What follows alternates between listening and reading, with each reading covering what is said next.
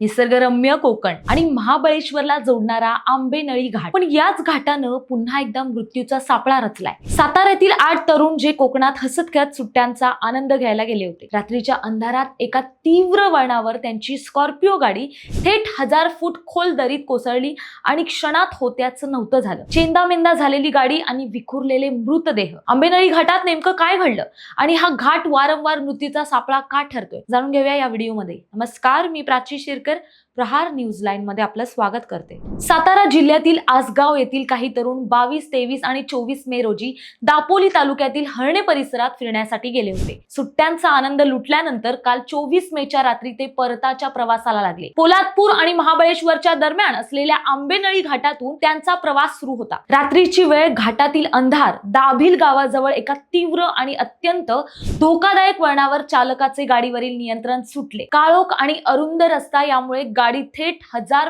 फूट खोल दरीत जाऊन कोसळली. अपघाताची भीषणता इतकी भयंकर होती की स्कॉर्पिओ गाडीचा अक्षरशः चक्काचूर झाला होता. गाडीपासून अवघ्या 5 फुटांच्या अंतरावर 4 मृतदेह विखुरलेल्या अवस्थेत पडले होते. मध्यरात्री 3 वाजल्यापासून प्रशासनानं मदत कार्य सुरू केलं, पण दरी तब्बल 1000 फूट खोल असल्याने आणि घाटात अंधार असल्याने बचाव कार्यात मोठे अडथळे येत होते. पोलादपूर तहसीलदार, पोलीस निरीक्षक आनंद रेवडे यांच्यासह महाबळेश्वर ट्रेकर्स, रिस्केप rescue team, Polad rescue team, Sahyadri adventures आणि आपदा मित्र यांच्या पथकांनी युद्ध पातळीवर काम सुरू केलं. आज सकाळी 10 वाजेपर्यंत केवळ 2च मृतदेह बाहेर काढण्यात यश आलं. या दुर्घटनेत आसगावने आपली तरुण पिढी गमावली आहे. मरण पावलेले सर्वजण 18 ते 35 वयोगटातील होते. त्यांची नावं महेश अनिल पवार, आदित्य अशोक साळुंखे, रितेश राजेंद्र लोखंडे, सुहास जितेंद्र लोखंडे, अंश समीर चव्हाण, उत्कर्ष आनंद शिंगटे, अनिल अभिमन्यू शिंगटे आणि नितीन किसन नायकोंडे. या मृत्यूंमुळे संपूर्ण आसगाववर आणि सातारा जिल्ह्यावर शोककळा पसरली आहे. या मन हेलावून टाकणाऱ्या घटनेतून आपण सर्वांनीच एक महत्त्वाचा